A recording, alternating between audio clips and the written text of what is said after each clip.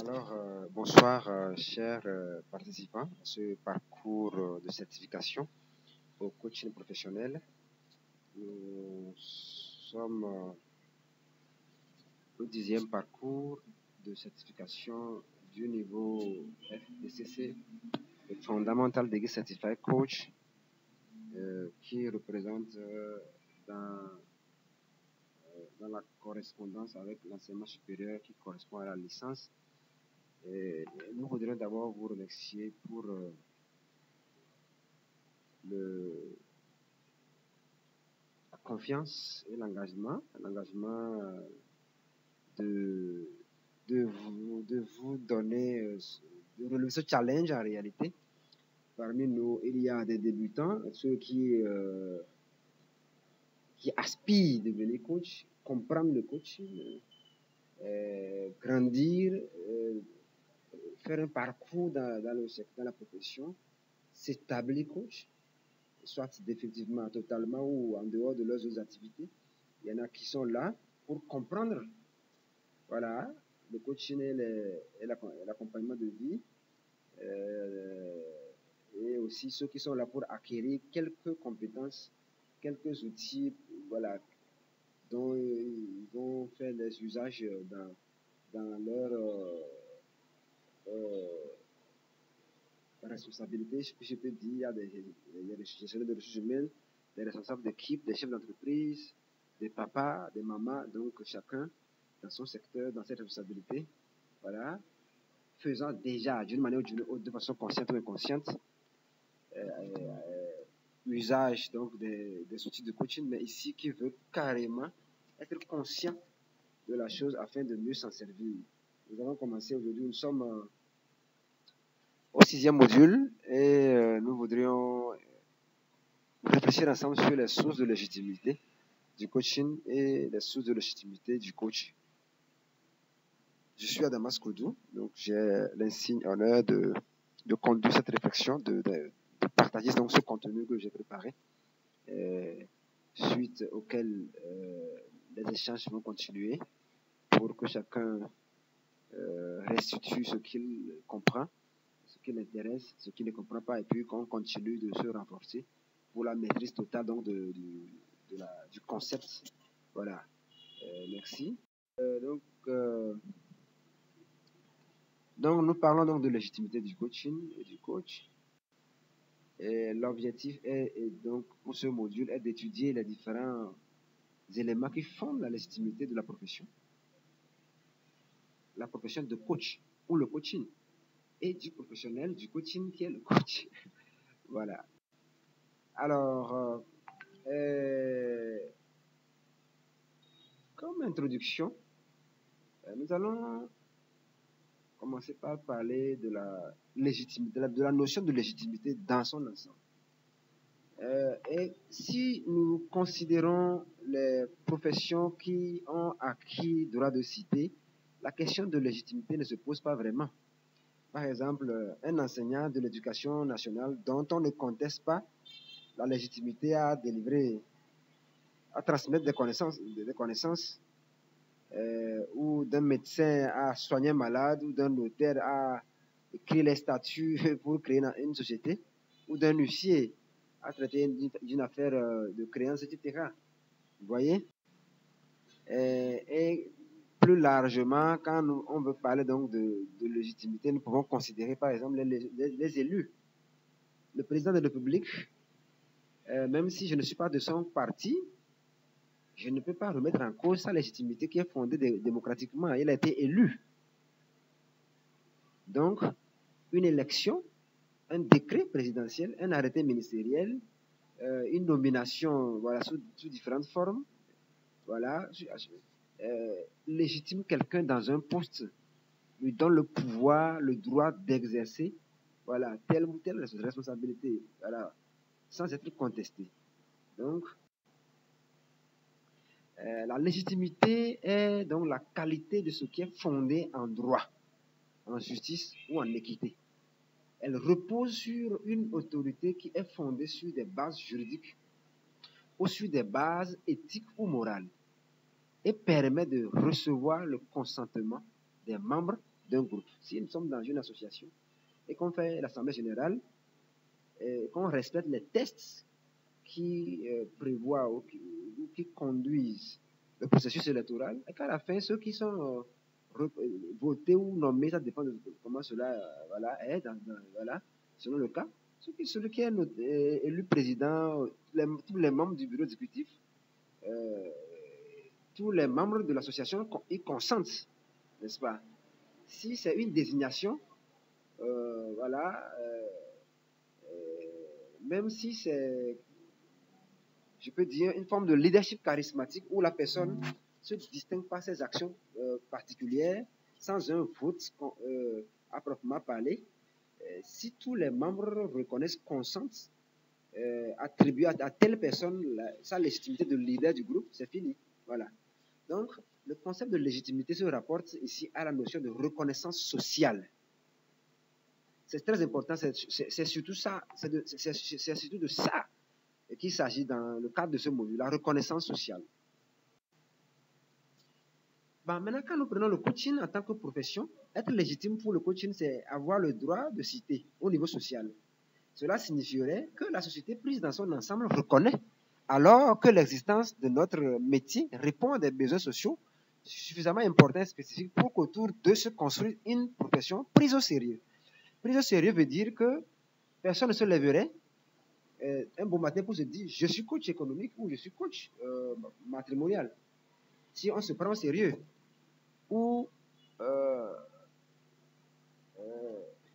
c'est-à-dire que tout le monde reconnaît le processus de certification, reconnaît les méthodes d'identification d'un professionnel, etc. Quel est son métier, qu'est-ce qu'il fait, qu'est-ce qu'il apporte, tout le monde est d'accord sur ça. Et il y a un aménagement dans la profession, et tout le monde comprend clairement comment la profession est aménagée. Voilà. Si, en première partie, bon, ça, je crois que j'en ai parlé aussi dans le livre Les 21 leçons stratégiques pour mieux comprendre le coaching et s'établir coach de pleine légitimité. Et dans même la conclusion du livre, à partir de la page 231, on a encore retenu, on a encore repris un peu ce genre de choses. Voilà. Mais on a aussi parlé de un peu des éléments qui ont trait à la reconnaissance d'une discipline. On a parlé dans le chapitre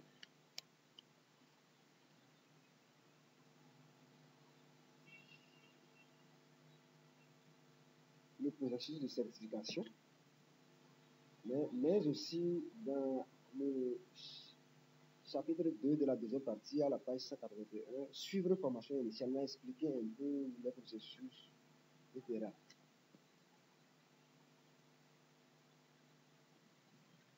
Donc, on a pris l'exemple de la sociologie, de la philosophie, de la rentabilité. Vous pouvez faire des recherches et voir aussi comment la mathématique est devenue une discipline qui s'enseigne à l'université. Est-ce que c'est tombé un bon matin comme ça, la guille mathématique, avec tout son fonctionnement, toutes les règles qui ont trait à ça? Non, donc, c'est vrai que d'une façon ou d'une autre, toutes les sciences existent d'une manière ou d'une autre sans porter leur nom. La sociologie, depuis que le monde est créé, les hommes vivaient en société. Ils élaboraient les règles pour vivre ensemble, pour juger, pour éviter le mal, pour encourager, etc. Mais le thème sociologie n'est apparu qu'à un moment de l'histoire. Et on reconnaît à Émile Durkheim la paternité de la sociologie française. Aujourd'hui, la sociologie est enseignée en tant que discipline universitaire à partir de la fin du 19e siècle. C'est la même chose. Quand Socrate enseignait la maïeutique, à combien d'années avant Jésus-Christ, dans la Grèce antique, même avant Socrate, il y avait d'abord les pré-socratiques, et puis après, etc. Socrate même, qui a donné une dimension à la méthodologie. Et puis après Socrate, la science a fait évoluer euh, la façon de réfléchir pour en faire la philosophie. Vous voyez, quand on dit que Socrate revendique être le fondateur de la philosophie, tout comme il est le père honorifique du coaching aujourd'hui, ce n'est pas qu'il avait créé la philosophie pour l'enseigner, il a organisé, structuré, non, il faisait quelque chose et à un moment donné, ça a pris le nom de philosophie et progressivement, ça s'est découpé. Et voilà, ça s'est fait reconnaître à différents niveaux, c'est devenu une discipline. C'est pareil pour la comptabilité. Les Égyptiens, 4 millénaires avant Jésus-Christ, déjà faisaient de la comptabilité. Voilà. Et après, les premiers manuscrits ont été publiés, les méthodes ont été popularisées jusqu'à aujourd'hui. Nous avons le Sisquada, l'Orada, voilà, des systèmes normalisés pour pouvoir tenir la comptabilité des sociétés, tout ça là. Donc c'est comme ça que c'est. Donc, quand nous étudions ce chapitre sur la légitimité du coaching, ce n'est pas pour discréditer le coaching, c'est pour comprendre comment les choses se sont formées dans le temps. Donc le coaching n'est pas un problème, au contraire, il a évolué.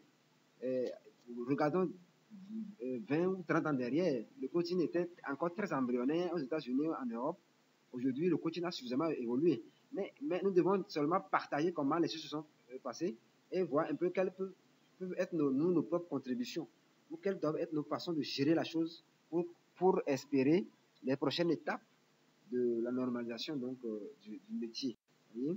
Donc, pour le coaching qui n'est pas encore devenu une discipline totalement normée, l'approche de la légitimité par les 4 sous de légitimité permet de mieux cerner la légitimité du coaching.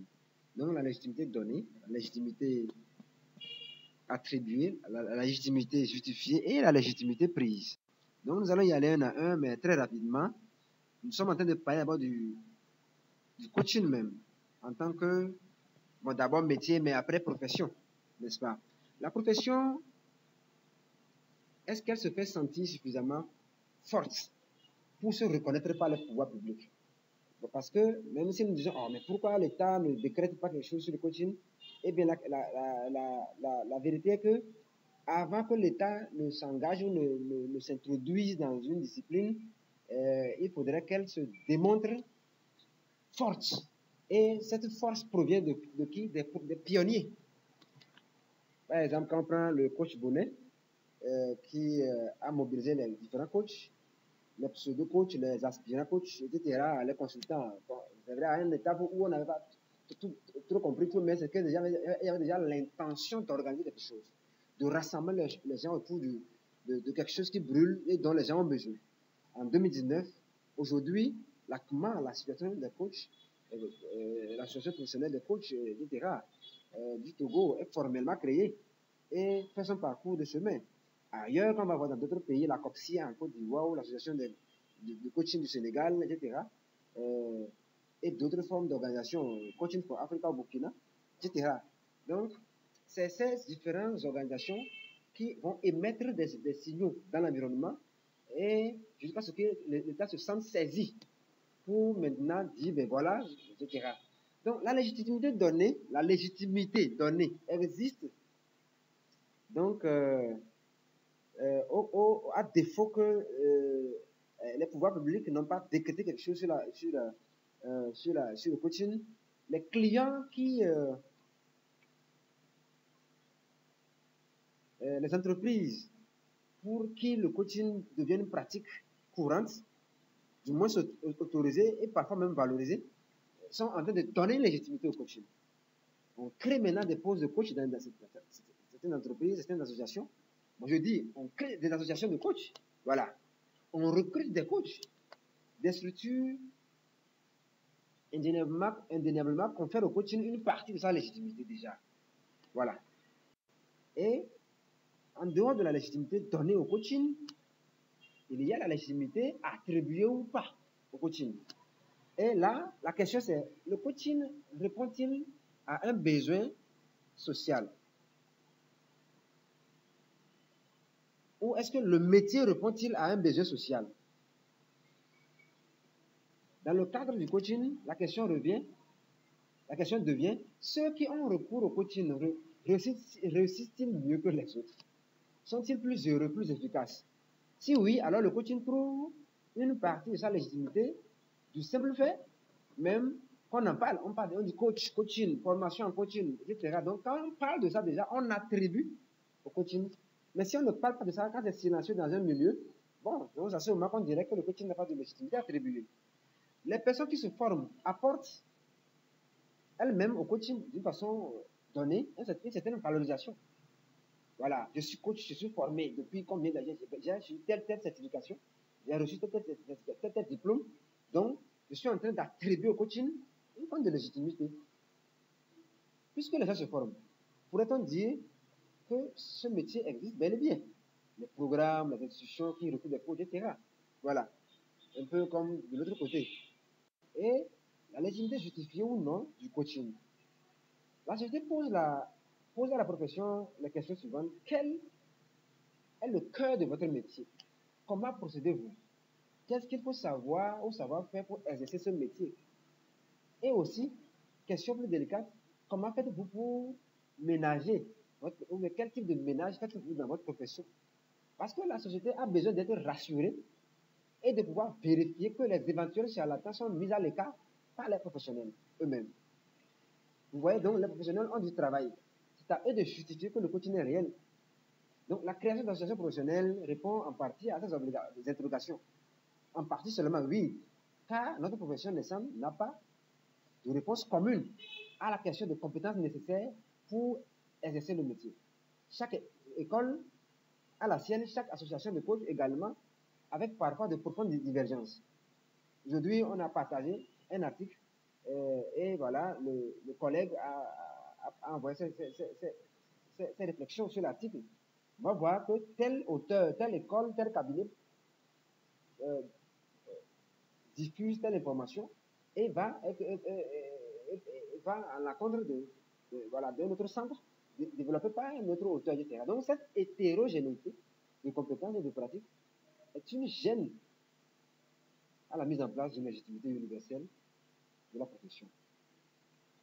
Et pour voilà, donc je citais l'exemple d'association.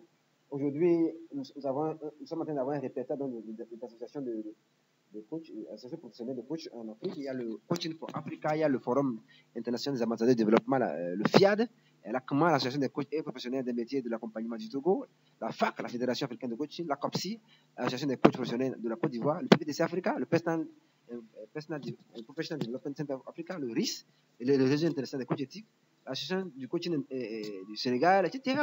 Vous voyez, les coach and mentors of South Africa, le COMESA, l'Afrique du Sud, l'Africa Executive Coaching Council, l'Organisation internationale pour la professionnalisation du coaching. Donc voilà, différentes associations qui démontrent une forme de prise de légitimité du coaching.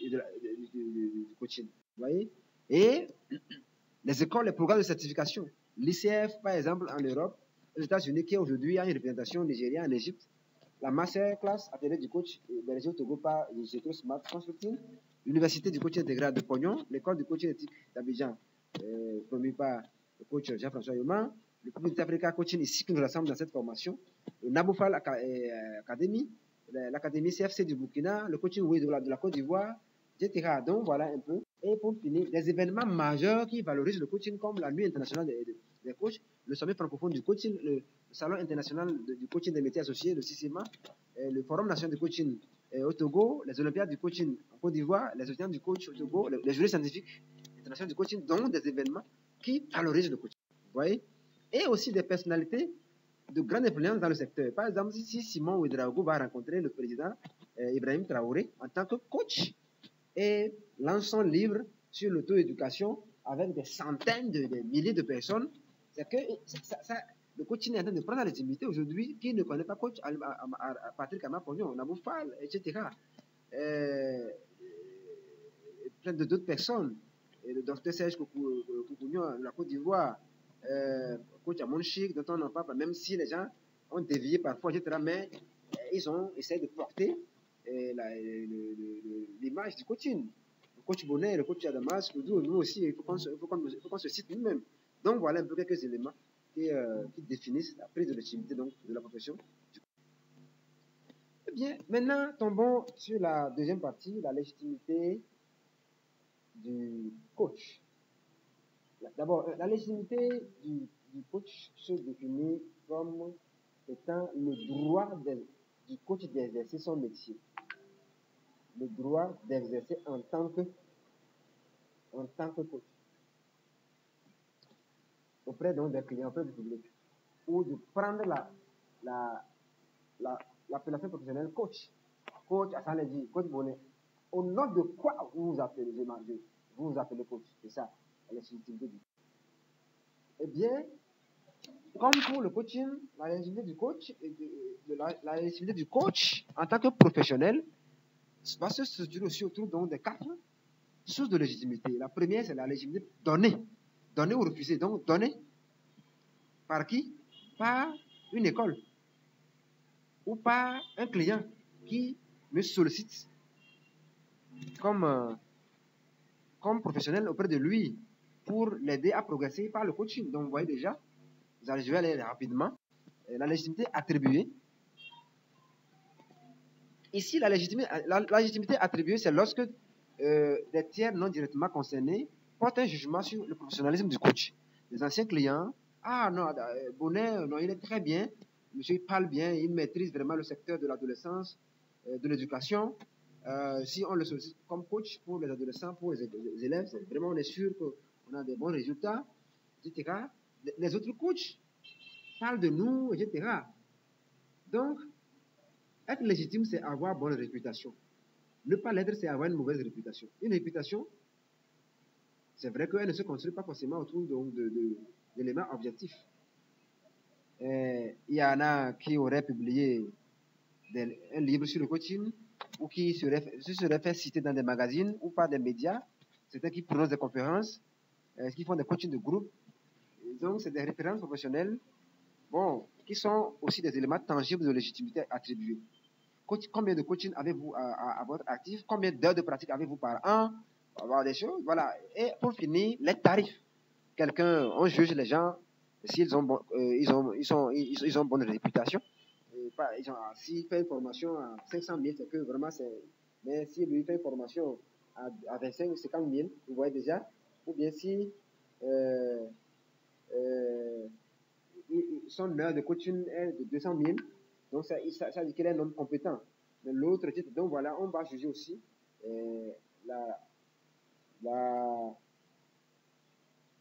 comment j'appelle, la réputation d'un coach sur les tarifs pratiques. La légitimité justifiée par un coach. Oui, j'ai le diplôme, les gens me sollicitent. Maintenant, moi-même, je dois pouvoir justifier de ma capacité à coacher. Et on peut retenir beaucoup de choses, mais si j'ai retenu 3 choses, le diagnostic à 6 niveaux, à partir donc de l'outil, les niveaux logiques de DILT. Quand quelqu'un a un problème et que je veux l'aider par le coaching, comment suis-je capable, après le diagnostic, de reconnaître que le problème provient de l'identité ou des compétences, de l'environnement, etc. C'est des choses qu'un coach doit pouvoir démontrer. Le savoir-faire en entretien qui nécessite une capacité d'écoute exceptionnelle. Tu peux être un bon conférencier, mais en coaching individuel, ça c'est un autre travail. Et puis voilà, enfin, le génie du coach même, qui a un degré élevé de conscience de soi, de vigilance personnelle, ou une certaine qualité d'être, grâce à laquelle peuvent se déployer les talents du coach. Les éléments que vous devez justifier, voilà, vous-même. Et ces choses aussi font partie donc des évaluations que nous faisons. Mais la justification se fait auprès du public, mais auprès des clients, surtout auprès des clients. Donc voilà un peu. Mais pas seulement la légitimité justifiée, mais la légitimité prise. Quand des gens, après avoir reçu leur certificat, sont incapables de se présenter comme coach, vous voyez, donc c'est qu'ils ne prennent pas leur légitimité. C'est peut-être un manque de confiance ou une faiblesse émotionnelle, ou ce n'est pas forcément personnel, c'est une question sociale. On parle donc de la fébrilité ou voilà, de la perception sociale. Quand, quand les gens disent que les coachs sont des charlatans, sont des pasteurs, sont des menteurs, et que tu as suivi la formation, tu as honte de te présenter comme coach. Donc, tu vois, donc, est-ce que tu as le courage de démontrer tes capacités, d'expliquer ce que c'est que le coaching et de proposer donc du coaching, etc. Parce que, comme Bourré le disait lors des échanges la fois dernière, le mal se développe parce que le bien s'exprime moins, s'exprime pas suffisamment. Donc, si le petit bien s'exprime correctement, le mal va disparaître. Tu vois, donc c'est ça, c'est présenter le bien, avoir le courage de porter donc le flambeau pour faire disparaître donc les charlatans. Vous voyez? Alors, aujourd'hui, je ne peux pas finir sans parler du CACMES qui s'est donné comme mission d'œuvrer à la défense, à la structuration et à la promotion d'une approche rigoureuse du coaching professionnel au niveau continental, eu égard aux standards internationaux. Et dernièrement, en juin 2024, il y avait eu la grande assemblée générale élective donc, du Conseil fédéral du CACMES. Vous allez voir sur l'image les grandes têtes du coaching en Afrique, du moins de l'Afrique de l'Ouest et l'Afrique du Nord. La Tunisie là, la Côte d'Ivoire là, le Sénégal, le Bénin, le Togo, le Mali, le Burkina, voilà, des gens qui se rassemblent pour réfléchir. Et c'est un chemin que le CACMES a commencé. Le CACMES regroupe donc les écoles de formation, les fédérations, les associations et bientôt une adhésion individuelle voilà, va être permise pour permettre aux professionnels indépendants de l'accompagnement de vie d'intégrer le CACMES. Voilà. Et pour finir, les orientations stratégiques du CACMES, c'est l'harmonisation de la définition du coaching et la validation de référentiel de compétences. Ce qui a commencé déjà en 2023 et qui peut-être en 2024, on n'a pas travaillé assez.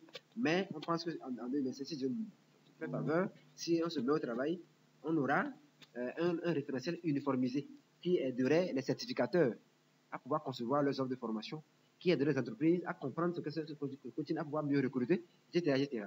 Donc, créer et vulgariser une charte de régulation donc, du coaching, du mentorat, de la supervision au niveau du continent africain, coordonner donc le processus de labellisation des formations et d'accréditation des coachs, etc., et promouvoir la recherche scientifique pour aussi aller vers la reconnaissance voilà, des métiers, du métier de coach au niveau juridique. Donc, voilà un peu quelques éléments que le CACMES est en train de faire aujourd'hui, comme le font de l'autre côté l'ICF et l'UMCC aux États-Unis et en Europe. Voilà. Je crois que un coach, pour l'instant, ne va pas construire sa légitimité professionnelle à partir d'une seule source. C'est-à-dire que ta formation, ton attestation, seule ne suffit pas, ne suffirait pas. Voilà.